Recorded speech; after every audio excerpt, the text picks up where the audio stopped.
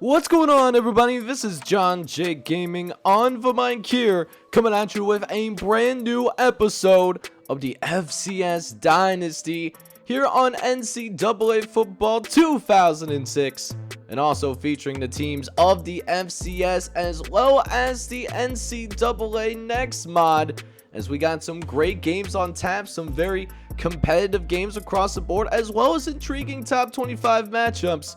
So you're going to want to tune in for this whole thing. Get yourself some popcorn, hit that like button, hit subscribe if you have to be brand new. As we will jump into the first game of this episode, we got Sam Houston State and Texas Southern. And how about starting with a bang here, because mama, there certainly goes that man, as we got a 61-yard touchdown pass to start this episode, as the Bearcats of not Cincinnati but Sam Houston State are going to take a 7-0 lead here. As now we'll see if Texas Southern can respond with a touchdown drive of his own, as this tailback does some nice work. Ryan Murray able to slice and dice, jukes one defender, jukes a second, trying to dance him out of his shoes, and sets him up inside the 5-yard line, where Murray, no, it's a play action. Quarterback's going to just run this thing into the end zone, and that is going to be a touchdown for the Tigers. And we got a battle between these Bearcats and Tigers, 7-all here, as that was the final touchdown scored in the first quarter. But second quarter here, we get our first turnover of the day, sets up Texas Southern beautifully here, as there was just, Craig Seals just leaves not enough thrown on that ball. He did have his receiver, but just didn't have enough there. And now Texas Southern with a chance to take their first lead of the day, throwing deep downfield. Not only does he got a man, but he almost gets himself into the end zone, setting up another red zone opportunity for Texas Southern. We'll see if they can cash in. 3 for 3 on the season so far. They always come away with points down here. Can they make this a lead? And it looks like they will do just that. Touchdown Tigers. And Texas Southern takes their first lead of the day against the Bearcats. And it's going to be a 14-7 game. As now, Craig Seals in the shotgun formation. Got a 5-wide set that the Bearcats are working with, as they try to get some more points on the board before the end of the half. Seals facing some pressure though, but calmly delivers a really great pass, and they will now be in Texas Southern territory. They do get across that 50-yard line. We'll see if they can build off of that here, as Seals drops back again. This time, free step drop. He's going to fire this one downfield, and it's going to be a Moss moment. One-on-one, and the receiver is going to win that battle. And that's all knotted up at 14 apiece. We got a tie game here, but some injury concerns for the Bearcats, as Andrew Herring, he tore something in his shoulder. It looks like a 10-week injury, so that will be a brutal loss for this Bearcats defense. Hopefully he could have a speedy recovery. Those things are definitely really painful to deal with. As now, all knotted up at 14 apiece still here in the half, as we'll go ahead and punt this thing away. Gonna get it out. Looks like it could be a possible return here, and it's all wide open, butt naked open green grass, and that's gonna be a touchdown for the Bearcats, as Sam Houston State, off a 70-yard punt return, gives it a 21-14 lead. As now Texas Southern looking to strike right back, tie this game up, and double coverage there, and it doesn't even matter though, just an absolute dot. And how about that receiver maintaining his concentration, and sets up the third red zone opportunity of the day for the Tigers, who go to their tailback, and he's gonna practically be untouched until it was just too late. 12-yard touchdown for the Tigers of Texas Southern. Their offensive line doing a beautiful job creating that hole there. And tied game once again. Back and forth like a ping pong match, but Texas Southern We're going to seize the momentum as we got another huge play down the right-hand side. This time only single coverage, as it does lead to a 63-yard touchdown pass. The Tigers now going to be up 28-21. So we'll see if the Cardiac Cats can keep our heart rate pumping. As Seals going to drop back in the pocket. He's going to look over the middle of the field. He's got his receiver. And that will go for a pretty substantial catch, as he just found that soft spot in the zone there. That will be a first down for the Bearcats. As now, 1st and 10 from the 32. Seals drops back in the shotgun. He's going to run as he throws this thing, but it's narrowly incomplete. Beautiful secondary work. He was looking for the custom receiver. True freshman Craig Gregg, the man with 2 first names. And he'll set up 3rd and 10 instead. Seals looking. He's got to move in the pocket. Looking towards the end zone. Touchdown, Bearcats. And we got another case of the Cardiac Cats here, as it's all knotted up at 28 apiece. Matter of fact, 2 teams exchanging field goals, so it comes down to on the last plays of the game. They're going for the dub, and that's the dagger. That is the dagger, and Texas Southern, unless there's a miracle, is going to win the football game. And this stadium is in absolute pandemonium right now. How about this? The lefty, all the time in the world, calmly delivers the biggest play and the biggest throw of the game. And the Texas Southern Tigers are going to win their very first game here of the season. And they will win this game 38-31. Such an exciting moment that they got to go ahead and dunk some Gatorade on that head coach. He's a little bit soaked, but happy with how hard his guys played here today, as they will win this first game. But Sam Houston State, you got to feel for them, kids. They played extremely hard in this one. And unfortunately, it is not enough. So Sam Houston State is going to fall to 0-2. If the rest of the episode is going to be just as exciting, buckle up, because we are going to be in for an absolute classic in this episode. But now we move up to the northeastern corner, as we got a game that is surprisingly going to be on national television, even though neither one of these teams is ranked in the top 25. Tennessee Martin taking on the Minutemen of UMass. And UMass, don't sleep on these guys, man. A team that might consider to be a sleeper for the FCS playoffs. They do have one of the longest winning streaks in FCS football right now, sitting at, I believe it was 6 or 7 games going to this matchup. Meanwhile, Tennessee Martin, they got some hype on them as well. Brought in a pretty good recruiting class. Brought in, Chase Gentry, the 5-star wide receiver. Both pretty good teams. And maybe one of them will make it into the FCS playoffs. But first, you got to remember, you got to take care of that football, man. Got to do a little bit better than that. And it's a 3-0 lead for the Skyhawks early. But it's turnovers galore to start things out here, as we already see a turnover on both sides of the ball here to get things rolling. And UMass, who came in here, UMass has a really good defense. I'm really curious to see how they handle this rushing attack from Tennessee Martin. Or hang on, now they're gonna throw the football, and it's triple coverage. It don't matter. Tennessee Martin is gonna find the end zone. It's gonna be a touchdown for the Skyhawks, and that does end up meaning that it is going to be a 10-0 lead as of right now.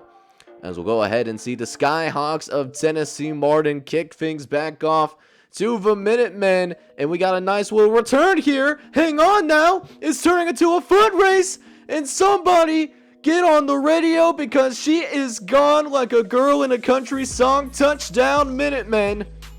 And it's cut back down to just a field goal game. But watch out for the Skyhawks. We got a long touchdown run down the sideline, and that is going to also be a score as well. That touchdown getting plenty of space, as we are looking as busy as a McDonald's drive-thru on a Friday night. 17-7 lead here for the Skyhawks. And we'll see if UMass can get their offense going. You know, not one of the better offensive units in college football, but gonna go ahead and get themselves a little tricky now. Halfback pass. That does end up working. You love to see it. We'll see if they can capitalize and run it into the end zone. And sure enough, we will see just that as the Minutemen are going to punch this thing in there. And it's back to a 3-point game. Definitely been some exciting football so far. As it looking over the middle, it's going to be intercepted again. Another interception. The second turnover of the day for this defense. One of the better defensive units in FCS college football. They are certainly much improved over what we saw in season number 1. And honestly, one of the better teams to not make the playoffs. They finish with that 8-4 record. As now, quarterback's going to drop back the pass. We'll go to the right-hand side and deliver a strike right down the sideline. And it's going to go for a completion. Nice little double post there in order to create some space. Is now a chance to take the lead for the first time. Playing action, looking towards the end zone, and there was a lot of traffic, but able to slice it through the narrow hole, and it's going to be a touchdown for the Minutemen. They will seize their very first lead of the day, and looking to build off of it as a 3-and-out. It's going to force the Skyhawks to go ahead and punt this football away. We got his lane to work with. He's at the 50. He's got some space to work. Gets away from the punter, and mama, there goes that man. Another touchdown for the Minutemen. Believes that's their second special teams touchdown here of the afternoon. In a 28-17 lead, but they're not going to be done. Hang on now. Fumble. And the Skyhawks recover. Wait a minute now. You thought the Skyhawks are just going to lay down and quit? Oh, hang on now. We are nowhere near being done for sure. And that will give it another 2-score lead for the moment. We'll see if the Skyhawks can capitalize, but 3rd and 11. Need some big yards through the air. Looking over, and that's intercepted. This time a drop pass and a beautiful diving play. Able to go out there and seize the moment. And it's the 3rd turnover for UMass on the defensive end.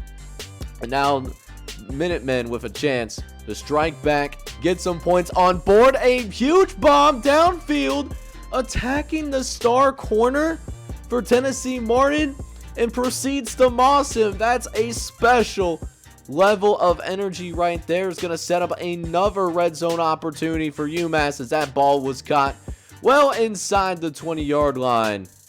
But can they get points? 2nd and 2, play action, facing a little bit of pressure, but gets it out to the tight end, who's able to leak out by faking a block and then dive his way into the end zone.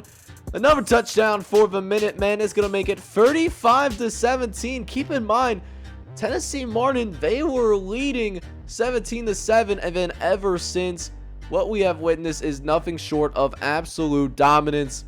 28 straight unanswered points since that 17-7 lead, and I'm wondering if it's gonna get any worse than this. 4th and 17, Robinson gonna punt this football away. He's got 2 punts, one of them leading to touchdowns. Here's the punt. Looks like it does not have a lot of airtime, so there's going to be a return. Is this going to be punt return? Touchdown number 2? Yes, it is, as there is not a singular flag on the field.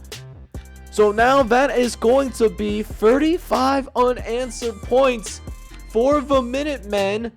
It's now 42-17. The stadium loving every single moment. And listen, sometimes it's better to be lucky than it is to be good, because if there's any high school quarterbacks watching this video right now, I'm going to tell you right now, you do not make that throw. Please do not do that. You will get benched quicker than you can say oops. But it works out for him. It is a video game, of course. And speaking of video game, how about the numbers that UMass is putting up? We're now talking about 42 unanswered points, and the Minutemen are going to run away with this. Talking about a team that deserves to be ranked. That now extends it to a 7-game winning streak, given that national ranking. Please. But now we got ourselves the game of the week here between the 18th ranked SMU Mustangs and the number 4 ranked North Texas Mean Green. Now we saw North Texas in the game of the week in the previous episode, but that being said, they did blow the doors off of Southern, and now they are back at it again with the White Vans again with another game of the week appearance, this time against another top 25 opponent. And Lee Corso rocking with North Texas in this one, and things looking good early as Ivan Jenkins, it was said in the comments section, and it is still true, of course, he is an absolutely lethal weapon. As look at this, he was supposed to be all bottled up but still manages to find a way to get out of all that. Absolutely insane to me. So an early 7-0 lead for the Mean Green as a result of that. But SMU, they are just on it as well. They are not going to lie down. They are coming in here. They're trying to ruin some people's days as he got a clean pocket to work with. So he's able to fire a rocket. Running back on a linebacker, that's barbecue chicken 10 times out of 10. As Justice Young is looking pretty good here to this point. Got it all knotted up.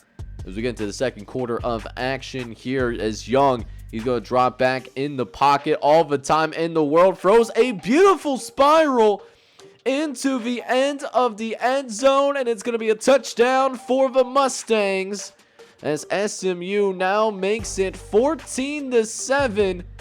And looking to build off of that as Justice Young feeling himself as he rolls to the right. He's going to fire one over the middle, and this time the wide receiver is going to do the work, and he's going to razzle and dazzle his way for another 6 points. So the biggest lead of the day for SMU, as that makes it 3 touchdown passes for Justice Young. We'll see if he can make it 4 touchdown passes. As Young in the shotgun formation, he's got a tight end, looks over to the opposite side. They loaded up the right-hand side, and it sets up a matchup that they really liked. And that's going to be the 4th touchdown pass of the afternoon for Justice Young. Make that 28-7 now. As North Texas, they are certainly reeling at the moment.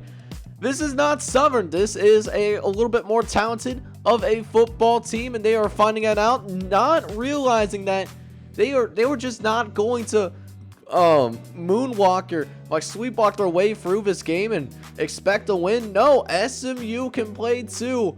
This is a team, of course, that did make it to the round of 16 in the FCS playoffs this past season.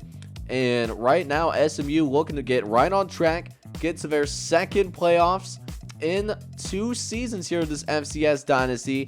And this kind of statement that they're making right now, assuming that they can hang on, teams have had some big meltdowns in the college level, but another touchdown here once again makes it 42-7 right now, and looking to build on it even more somehow as Young this time throwing it short, but the receiver doing the work as he makes a couple guys miss, and that is going to be barbecue chicken as SMU blows the doors absolutely wide open in this one. That makes it 49-7, and North Texas just simply never recovers from this, as they are going to lose 21-56, giving SMU their very first win of the season. So from one ranked matchup to the other, we got the number 22 ranked UCF Golden Knights taking on the number 16 ranked Georgia Southern Eagles, who Georgia Southern, they are coming off of a really surprising loss against Towson, losing convincingly in that game. So playing against a much tougher team, we'll see how Georgia Southern responds, and they're going to have to get more out of Ikeda Woods if they are going to go ahead and win this game. The sophomore redshirt not necessarily making the same impact early on in the season as he did in his freshman campaign.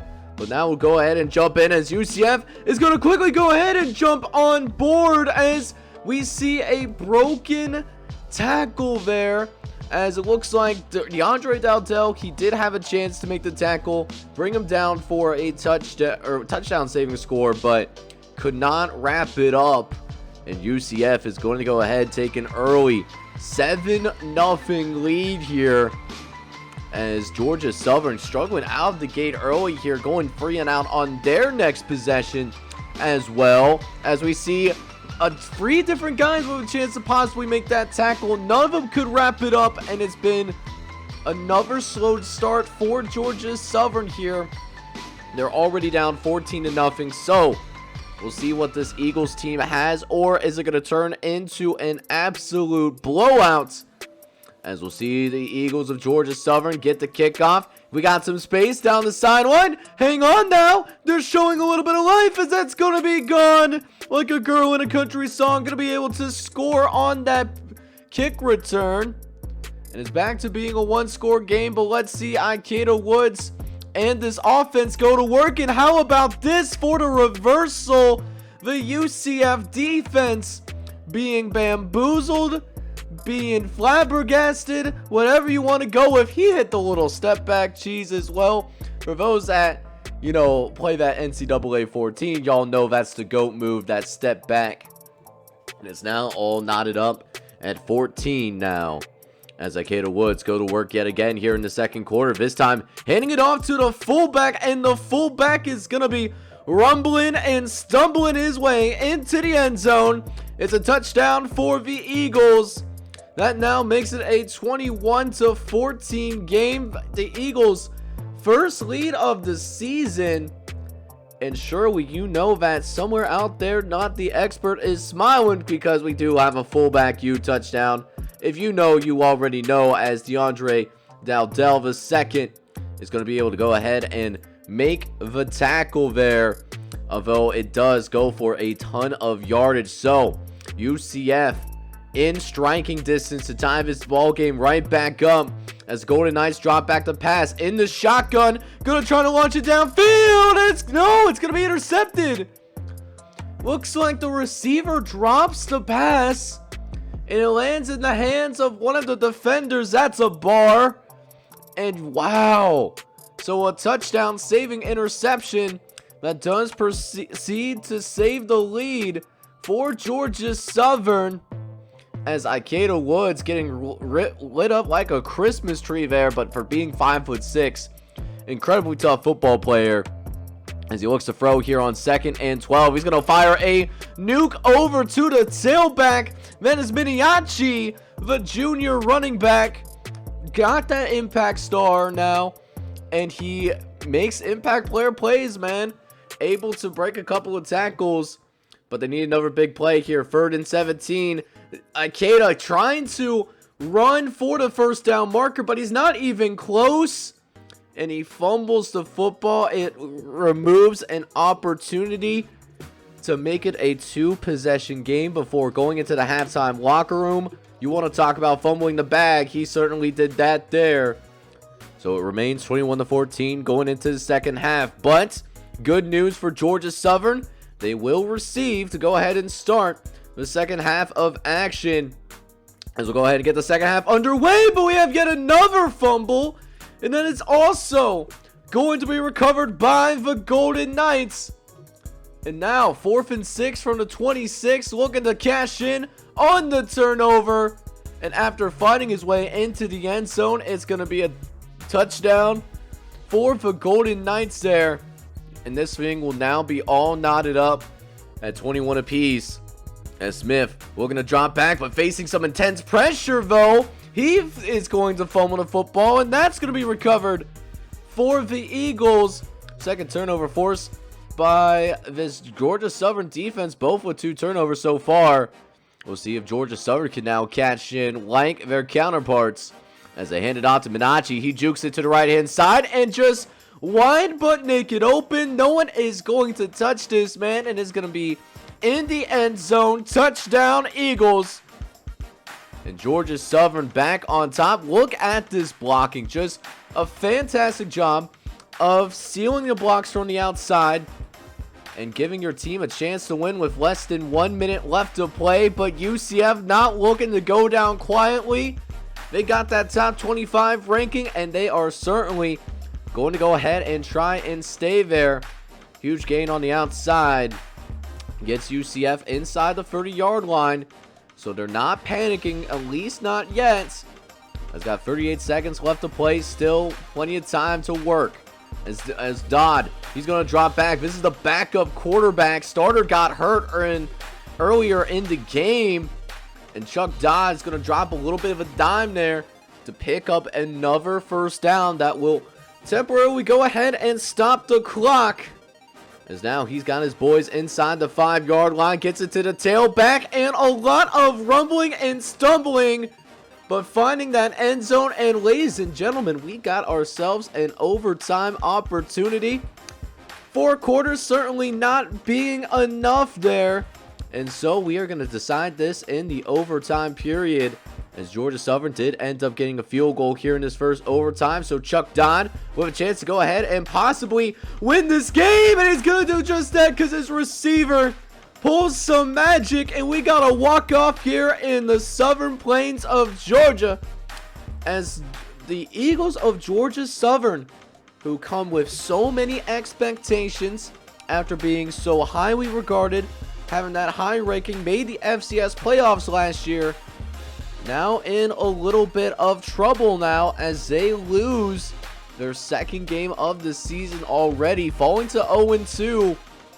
Meanwhile, UCF, they're able to walk this thing off, moving up to 2-0. And I'll be very curious to see how both teams are treated in the next top 25 poll. So how about that for a heartbreaking matchup? We'll hope for the same thing here as North Dakota State goes on the road to play against Elon. Now, these two teams, I believe, did face up against each other last year. They do have a home-and-home going on. As the Elon Phoenix, fresh off their upset victory against the Temple Owls, are going to be taking the field. But North Dakota State, they are coming out for blood, and they are coming out for vengeance as well. After being embarrassed back in week number 1 against Mid-Tennessee State on the road, trying to be a little bit better job of being road warriors here, as not only do we have an interception, but we got a pick 6, taking that thing to the crib real quick. And number 7 gonna help his team get 7 points there. 7-0 lead for the Bison, as that ball was just thrown directly to him. Probably a very easy interception, just like playing pitch and catch in the backyard. So we'll see if Elon can do a little bit better. But this is also going to be intercepted. And just like last time, it's also going to go to the crib. Taking it pick 6 2 times on 2 separate possessions as well. So the Bison defense certainly off to a hot start right now, as the Phoenix are they're trying to get something going so that they can rise again. But how about this throw to the tight end? That will certainly help, as that, slow moving tight end, he's known for blocking and helping in the run game, but able to make something shake there in the passing game this time. Although it will be intercepted for a 3rd time here, but we do have a flag on the field. But it's going to be a holding penalty against Atkinson. So the penalty does end up getting declined, but North Dakota State cannot take advantage. So it still stays 14-0. But you want to talk about a man that's getting absolutely flabbergasted, bamboozled. It's this quarterback, man. 4 interceptions in the first quarter. We are not even done with the first quarter yet, and this man has already thrown 4 interceptions in this game so far. I would not be shocked if we end up seeing a new quarterback coming into the game, because I'm not gonna lie, this quarterback, not saying that he's like this all the time, but at least for this game, he's sucking right now, as Brian Alexander could have probably ran that thing into the end zone himself, but he's not a scorer like Kobe. He's just gonna dish it out like my man Steve Nash, and that's gonna be another touchdown for the Bison. And they are dominating early, proving that week 1 performance was certainly a fluke early, as Larson will get into the end zone. So 21-3 game here, as North Dakota State looks to continue to pile on to this lead. But first, they got to punt this football away. No team is perfect, of course, as the punt is underway. Looks like it's got a ton of hang time on there. Fair catches it, but it's muffed. And North Dakota State is going to recover. And the recovery is inside the 5-yard line. And they will make quick work behind those all-American offensive linemen. One of the best offensive lines in the United States down here at the FCS level. And they proved earning that title. So a 28-3 lead. But we've seen this blown before. Ask your local Falcons fan. As we'll see if Elon can get their first touchdown of the game on this kick return. But it's fumbled, and North Dakota State recovers again. Did the whole team get butterfingers, or what's going on here? That's turnover number 6. Yeah, 6 turnovers in the first half, and it's just making it too easy. I mean, I did not expect Elon by any means to win this game. I was hoping to be competitive considering what they did at home against Temple, but that just simply has not happened so far, and the dominance still continues, pouring it on. 42-3 ends up being the score here as we get ready to move into the second half. That's the backup running back, by the way, who stepped in for it was Anthony Larson, who got a huge injury. But here's the thing for Elon, though. They not only are down huge right now, down by 39, but they also got to give the ball back to the Bison, as LeRon Montez, he doesn't get to show this often in a run-heavy offense. But when he gets his hands on the football, the true freshman, former 5-star recruit, he can make things happen, and we just saw it there. A 95-yard kick return solidifies what was a statement win for North Dakota, winning 63-3 in the affair. So let's go ahead and check in on yet another top 10 team who is making their season debut here in year number 2. We got the New Hampshire Wildcats, who one of the best FCS teams in the regular season, but a disappointing end to their year as they were upset by Tennessee Tech in the first round of the playoffs last year. They're taking on a team that is a little bit less worried about making the playoffs and just trying to build this roster from the ground up. University of Missouri in Kansas City, the Kangaroos, with in the bottom 10 right now in terms of national rankings in this FCS universe. But we'll see what Carlos Montoya can do, see if he will take anything for granted. And how about this toss, one-on-one, and we got ourselves a You Got Moss moment there. 86, proving his worth. As Carlos Montoya, y'all already know when this man has a clean pocket, he's going to be able to make things happen. That's why he was a Heisman candidate for much of year number 1. But this Kangaroo team coming with some fight here. Check out what happens here on the kickoff. Trevor May somehow finding a way out of that, and it's turning into a foot race. Not the most athletic guy on the field, but running out of real estate though. And all of a sudden, UMKC all knotted up with the number 9 team in America. Although we're seeing some big plays downfield by New Hampshire, continuing to exploit those one-on-one matchups. That's what UMKC cannot afford, to be caught up in man-to-man situations. But also, if you play in a zone and don't send anybody on a blitz, Montoya is also capable of cutting you up. So damn if you do, damn if you don't. But wait a minute now. It's intercepted. They got a turnover. This might be a game, guys. I'm telling you what, this is the thumbnail for the reason. Because this Kangaroo team not playing like a bottom 10 team in the FCS. They're not playing as a bottom barrel type of squad, as it still remains all knotted up at 7. And we get another turnover, and UMKC able to recover it. David Dowdell puts the ball on the ground, and the Kangaroos are going to take full advantage. But their offense is just, it's not there yet. Gotta love the defensive effort though. They are fighting their hearts out right now. Not about the size of the dog, but the size of the bark within that dog. As Carlos Montoya picked off again for the second time here tonight. And we have upset alert going on now. Fourth quarter underway. It's still knotted up as David Dowdell gets absolutely lit up like a Christmas tree there. And that really just showing the heart that this team has. Although not all good things last forever, as New Hampshire will finally retake the lead here with 4:19 left to play in the fourth quarter, as Carlos Montoya is going to throw his second touchdown of the evening. And now this offense for UMKC, they got to get something going here, and they need it yesterday. Going to drop back to throw, has a little bit of time, but he's going to throw this thing up into triple coverage there. So now we're seeing the talent of the depth charts maybe starting to show itself out a little bit, as UMKC definitely improved from last year. I mean, you could say that about any team, to be honest with you. At least most of the teams in this series, like talent wise, like overall wise, almost every team got better, obviously, right? Because a lot of these teams start off as like D minuses, but UMKC in particular, maybe they still win that one game tops. Maybe they only go 1-10.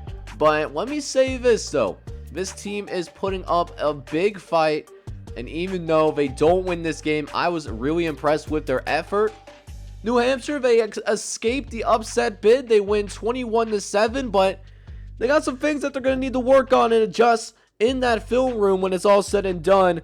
Because if they're only beating a bottom 10 team in the FCS by a couple of touchdowns, what are they going to do when they play against the James Madisons of the world? They got that matchup coming up soon, and they're going to have to play much better than what they did tonight if they want to go out there and win that football game. But they'll enjoy this win for now. So speaking of Tennessee Tech, I know we talked about them a little bit, who went to the second round because of an upset against New Hampshire.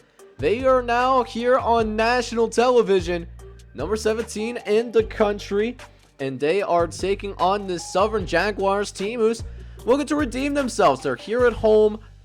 We saw them in the game of the week in week number 2 in this very stadium, by the way, and they were absolutely crushed. They got raw dogged. They did not have that dog in them. Let's be real. So, Tennessee Tech, also a talented football team, went to the playoffs. How are they going to do? As Mike Hill is going to throw an interception to start this game. And that is Aaron Moeller, who's going to get his first interception here in year number 2. And that sets up first drive for Tennessee Tech. Is going to set them up beautifully in that regard. As here we go now, getting it to Vince Fontenot. And Fontenot is going to plow his way into the end zone. Stiff-armed a man into the next dimension, by the way. And it's a 7-0 lead for the Golden Eagles. As Chase Jones, he's going to go ahead and continue to hand it off to Vince Fontenot. But his tailback, his impact player tailback, is not perfect. He puts the ball on the ground, and Southern now with a chance to get on the board and tie this thing up here on national television. Mike Hill in the shotgun. They send the blitz, but stays calm and gets it out to the tight end. So it ends up being a tie ball game here, 7 apiece. But after a couple of free and outs, we see lightning strike twice here, as we see a big return for a touchdown. He is even having the time to go ahead and strut in that stuff a little bit. And that will give Tennessee Tech the lead again. Oh, is it going to strike twice? Is it really going to strike twice? I'm showing special teams the second time. You know what might be going down. Turnover or a touchdown. What's it going to be? Hang on. He's loose. Someone get the radio turned on, because that man is gone. Like a girl in a country song. Yet another touchdown for the Golden Eagles. And despite having less than 30 total yards of offense, they got a 2-touchdown lead. So Mike Hill with some work to do, trying to make up the gap, and finds his running back in the end zone. Beautiful job by Mike Hill. Kind of scramble it in the pocket and still throwing one right on the money there. So a 1-score game once again, but Vince Fontenot, they don't have an answer for him, as this Southern defense just continues to get absolutely exposed right now. 28-14 right now, as Fontenot gets a beautiful spin move off as well. And it's now 28-14 as Mike Hill tries to continue to rebound from this disappointing performance against North Texas. As Hill drops back in the pocket, got a little bit of time, throws it up in the air, and it's caught for a massive gain. 1-on-1, and Mike Hill does a beautiful job with that back shoulder throw. So that sets up the Southern Jaguars in Tennessee Tech territory, but the good times, they do not last long. That is Justin Jones, by the way, who did end up making that tackle, even though he's listed as a quarterback. Remember, he did end up signing as an athlete, so he can play, some of these other positions, and he is an offensive weapon for sure with that 88 speed. So you hate to see it, but you love to see Justin Jones make that tackle. However, Tennessee Tech is going to capitalize off of that, get yet another touchdown on the board, and it's looking a lot like that North Texas game last week. 38-14 right now. This might make it 45-14 as Vince Fontenot once again does not even get touched. No, it's not the fact that Fontenot's getting all of these numbers and getting all of this huge yardage. No one's even touching him right now. That's the sad part. Like, literally untouched. It's crazy. It's crazy out here, man. It's a 31-point lead because of it. As, speaking of Fontenot, oh, baby, don't do it to him. Don't do it to him. 1 minute left to beat. He can pursue in time. Another touchdown for Tennessee Tech. Vince Fontenot out here on demon time right now. As after this extra point, that will make it a 52-14 game. Oh my goodness, you really love to see that. As Tennessee Tech wins convincingly here as well. They win 59-21. Southern, they are definitely going to be searching for some answers. So definitely an interesting set of games happening around not only in gameplay, but we also have some things happen in simulation as well. Starting with Utah State, who played host to the South Dakota State Jackrabbits. A little bit closer of a game than what we saw back in year number 1. But the Aggies still come on top here 37-17, dropping South Dakota State to 0-2. As for Tulane, they almost got that upset bug, as the Furman Paladins have proven to be a pretty feisty squad. Furman almost winning but falling by just a field goal. Tulane improving to 2-0. As for Tennessee State, though, they do bounce back after an embarrassing blowout loss to Indiana State last week.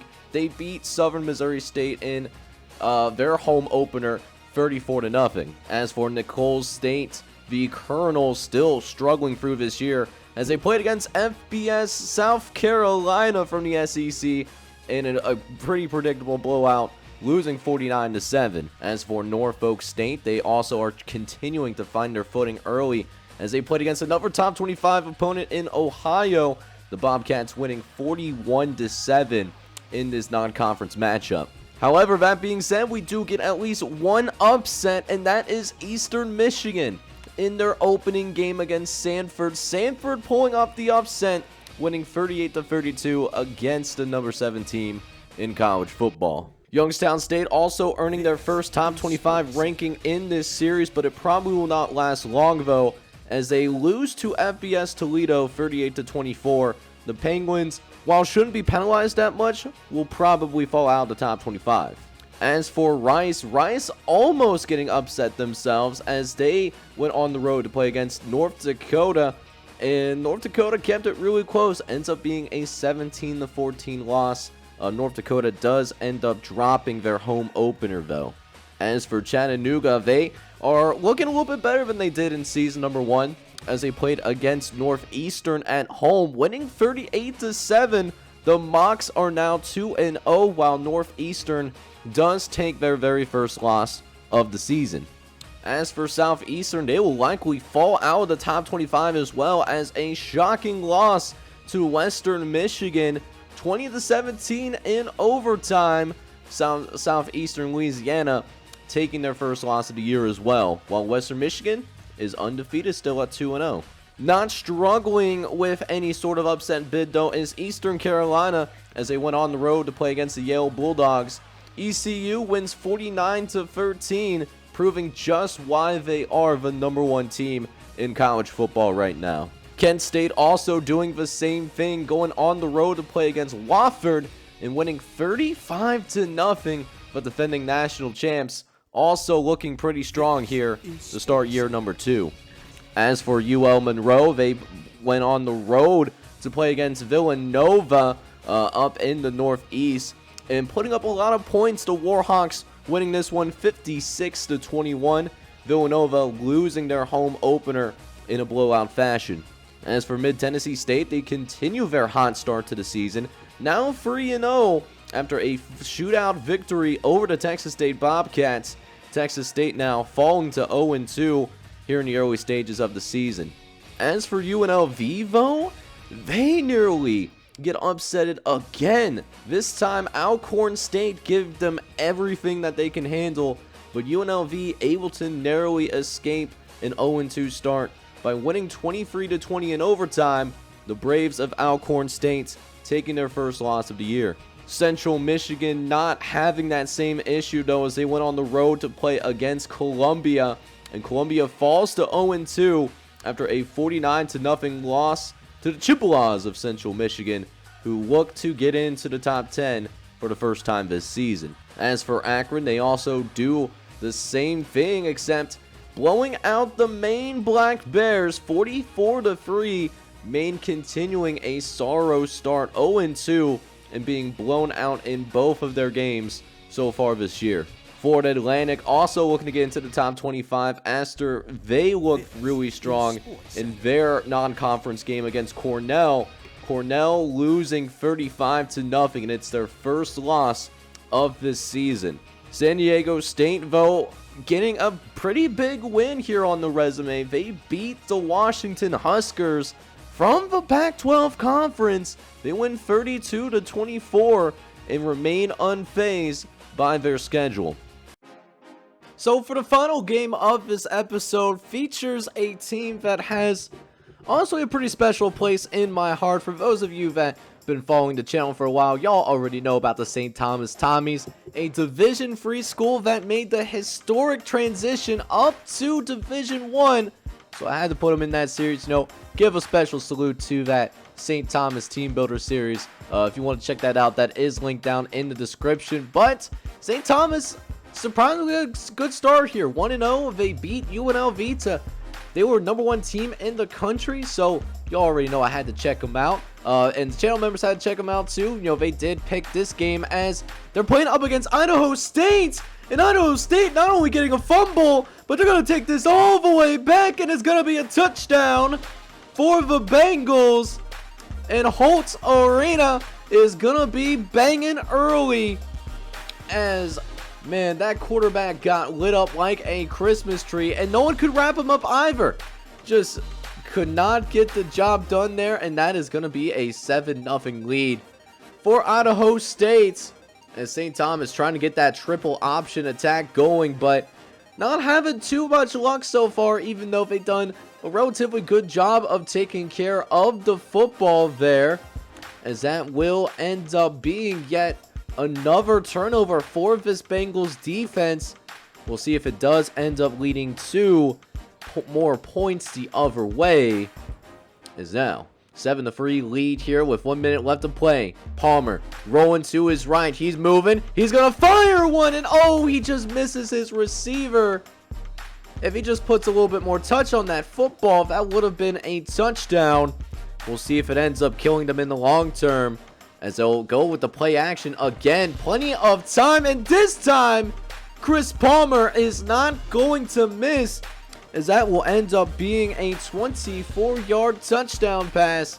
That makes it 14-3 in favor of the team that has been in Division I a little bit longer, as St. Thomas just trying to get anything going, but the end of his first half just gets away from him just a little bit. 3 first half turnovers, and they correlate to all of Idaho State's points. If St. Thomas doesn't turn the football over, Idaho State would have not scored any of their points so far. They could be leading this game, but clearly Idaho State showing that they are a little bit better of a football team, and that's to be expected, man. Going from Division III to making any transition in an upward way, whether it's, D2 to D1 or, moving up from the FCS to the FBS level, it's an adjustment. It truly is an actual adjustment, and we're seeing that on screen. St. Thomas, they definitely have some heart. They're improved from last year. They got some guys on Division I scholarship, but that's only reflective of their freshman class right now. So gonna need a couple of years to build up St. Thomas, but in the meantime, Idaho State is gonna win this game 28-6, ends up being the final score. So Idaho State, they will improve to 2-0. They also pulled off an upset victory. I believe it was against SMU, but I actually don't remember off the top of my head. Somebody, you can let me know down in the comments, because I'm just drawing a blank right now. But good game for Idaho State. They protected their house, which is what you always need to do. They moved to 2-0, and I'm really curious to see how both teams do throughout the rest of this year, given their starts so far. So it gets us through another week of gameplay, and the upsets just keep coming. This week's Sports Illustrated magazine, we see Eastern Michigan getting upsetted by Samford. So it makes you wonder, what's that new top 25 poll going to be looking like? Going to definitely see some changes, but not at the top, as the top 5 to top 10 is going to remain stable. Not too much movement. The top 3 is literally the same. North Dakota State, they move up a couple of spots. New Hampshire moves up a couple of spots as well, even though they did not look that great against Kangaroos, man. I'm going to tell you what right now, a little bit disappointed in their performance overall. But Tennessee Tech, they do move up a couple spots as well. A big win against Southern, blowing them out on national TV, on the road as well. That is great for the perception of this football program. North Texas taking a pretty huge dive, though. They fall 12 spots to number 16 in the country, as the Mean Green, they lost by 35. Not a good look for them. UCF is gonna move up 5 spots. Very good win for them. As we look out the rest of the top 25, Eastern Michigan with the biggest drop of the week. They moved down 14 spots, down to 21 in the country, after Samford's shocking victory over the Eagles, as Eastern Michigan starts off 1-0. But a few teams entering the top 25 for the first time this year. Western Carolina, they're in there at number 22. Southeast Missouri State, they're number 23. And then South Carolina State as well, they're number 25 in the country after a good 2-0 start. Also seeing some teams on the outside looking in. UMass is right on the cuffs, and so is William & Mary, Idaho State, Southeastern, and Towson. So we're starting to see some of these quote-unquote real FCS teams starting to get their way into the top 25 a little bit. So it gives us yet another update on the Heisman watch as we move into week number 4.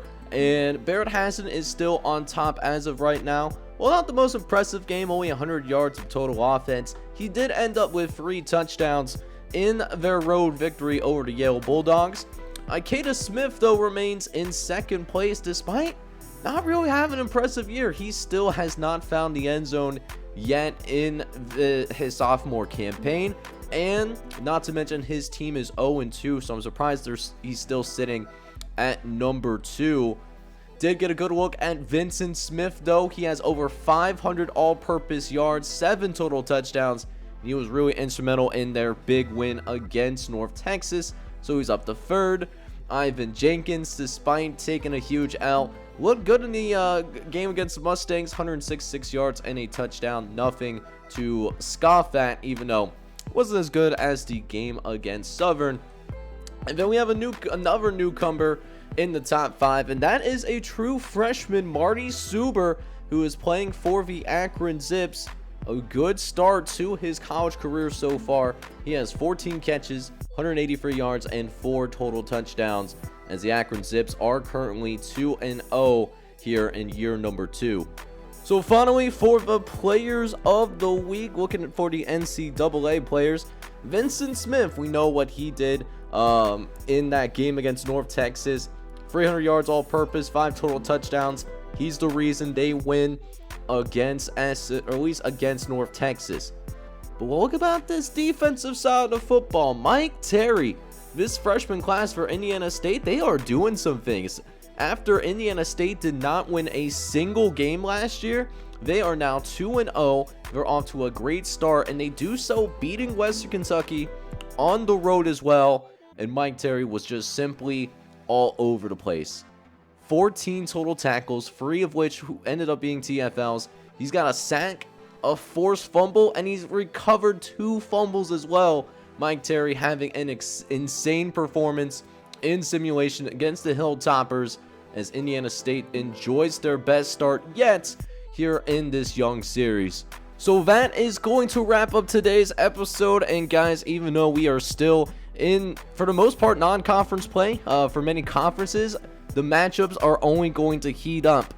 Next episode, we have 4 top 25 matchups, and then all of the matchups in next week's the next episode that's going to simulate / play through week number 4 are going to feature at least 1 top 25 team. So going to be some really exciting action in the next episode, and you're not going to want to miss it. So guys, if you enjoyed today's episode here in the FCS Dynasty, do me a favor, smack that like button for me, and then also hit that subscribe button for me as well if you do happen to be brand new.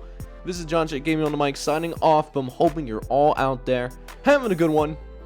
Take care, everybody.